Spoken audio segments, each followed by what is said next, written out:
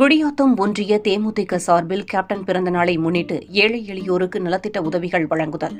மாவட்ட செயலாளர் பங்கேற்பு.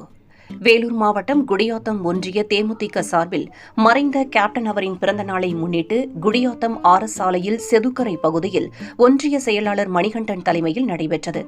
இதில் சிறப்பு அழைப்பாளராக வேலூர் மாவட்ட செயலாளர் பிரதாப் கலந்து கொண்டு கேப்டன் படத்திற்கு மாலை அணிவித்து மலர்களை தூவி மரியாதை செலுத்தினார்.